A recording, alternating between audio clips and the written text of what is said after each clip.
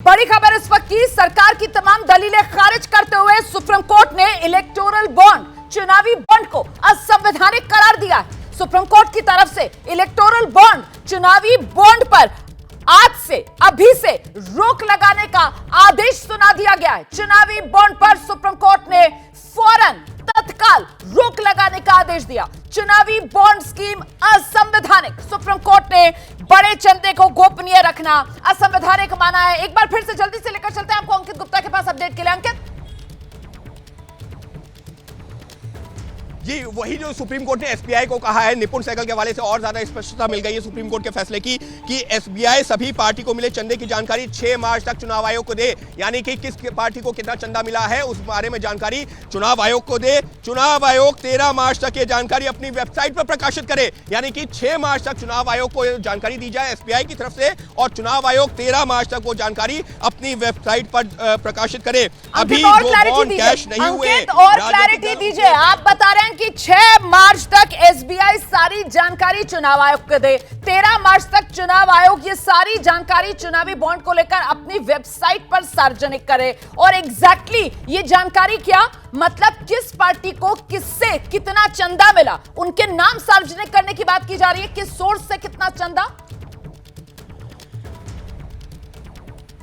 जी, अभी ये जरूर कहा गया है कि किस सोर्स से कितना चंदा मिला है वो सार्वजनिक किया जाए। हालांकि यहाँ पर एक पेच ये है कि जो भी जो है इस तरीके से इलेक्टोरल बॉन्ड जारी करता था उसको जो अपना नाम रिवील करना जरूरी नहीं होता था। तो अब ऐसे में सुप्रीम कोर्ट के इस आदेश के बाद में एसबीआई किस तरह से क्या जानकारी है जो चुनाव आयोग को देता है, देखना दिलचस्प होगा। लेकिन एक और बड़ा अपडेट जो इस फैसले से जुड़ा हुआ वो ये है कि अभी तक जो बॉन्ड कैश नहीं हुए हैं, राजनीतिक दल उसे बैंक को वापस करें। ये लीजिए, सुप्रीम कोर्ट ने यह भी कह दिया है कि जो बॉन्ड जारी हो चुके हैं लेकिन कैश नहीं हुए हैं, उसको राजनीतिक दल बैंक को वापस करें। इसका मतलब यह फैसला अभी से तो लागू हुआ है, लेकिन इसका असर थोड़े और पहले से देखना होगा, क्योंकि जिन लोगों ने मान लीजिए कि कुछ दिनों पहले इलेक्टोरल बॉन्ड जारी या इशू करवाए थे राजनीतिक दलों के लिए, लेकिन वो कैश नहीं हुए, वो भी बैंक को वापस हो जाएंगे। तो निश्चित तौर पर सुप्रीम कोर्ट का एक बहुत बड़ा फैसला, सुप्रीम कोर्ट ने पारदर्शिता लाने के लिए फैसला दिया है। लगातार सरकार की तरफ से कहा जा रहा था कि काले धन पर रोक लगाने के लिए हम ये इलेक्टोरल बॉन्ड लेकर के आए हैं, लेकिन सुप्रीम कोर्ट ने कहा है गुप्ता, मैं लौटूंगी आपके पास। देखिए, चुनावी बॉन्ड पर रोक जो सुप्रीम कोर्ट की तरफ से लगाई गई है,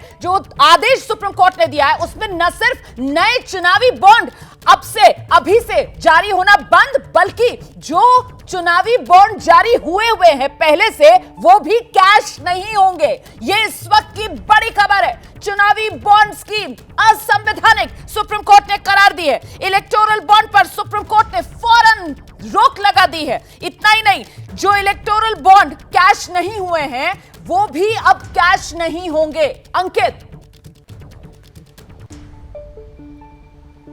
बिल्कुल, देखिए, सुप्रीम कोर्ट ने साफ तौर पर कह दिया है कि अनकॉन्स्टिट्यूशनल है, यानी कि असंवैधानिक है। सरकार भले ही 2017 में जब स्कीम लेकर के आई थी, जब ये 2018 से लागू हुई थी, कहा यह गया था इससे पारदर्शिता आएगी, लेकिन जो दूसरा जो पक्ष है, यानी कि जो विरोधी पक्ष है, वो सवाल ये खड़े कर रहा था कि जो टोटल चंदा आ रहा है उसमें कहां से चंदा आ रहा है कुछ पता नहीं है, और उस चंदे में से भी 2/3 से ज्यादा चंदा सिर्फ जो चुनी हुई सरकार है या जो चुनी हुई पार्टियां हैं उसके पास जा रहा है, और इसी वजह से इसके ऊपर सवाल उठ रहे थे। इतना ही नहीं, कहा यह भी जा रहा था कि जो शेल कंपनीज है उसके जरिए भी जो ये चंदा आ रहा है और किसी के बारे में कोई जानकारी नहीं है। तीसरी महत्वपूर्ण चीज ये कही गई थी कि क्योंकि इतना बड़ा चंदा जैसे सरकार से जुड़ी हुई जो पार्टी है उनके पास, citizen, so it should be transparent, and the money, what amount of money and which people give it, it should be disclosed to every people.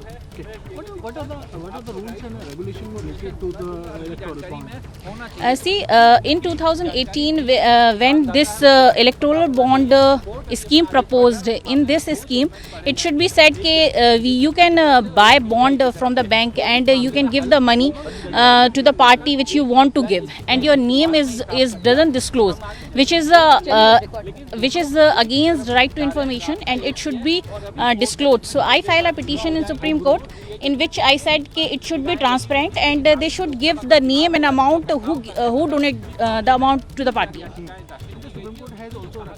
इस वक्त की बहुत बड़ी खबर है ये, सरकार को बड़ा झटका लगा है। इलेक्टोरल बॉन्ड स्कीम जो सरकार लेकर आई थी, पारदर्शिता का हवाला देकर उसी को सुप्रीम कोर्ट ने असंवैधानिक करार दे दिया है और फौरन चुनावी बॉन्ड पर रोक लगा दी है। न सिर्फ नए चुनावी बॉन्ड जारी करने पर रोक, बल्कि जो बॉन्ड अभी तक कैश नहीं हुए हैं उन पर भी सुप्रीम कोर्ट की तरफ से रोक लगा दी गई है।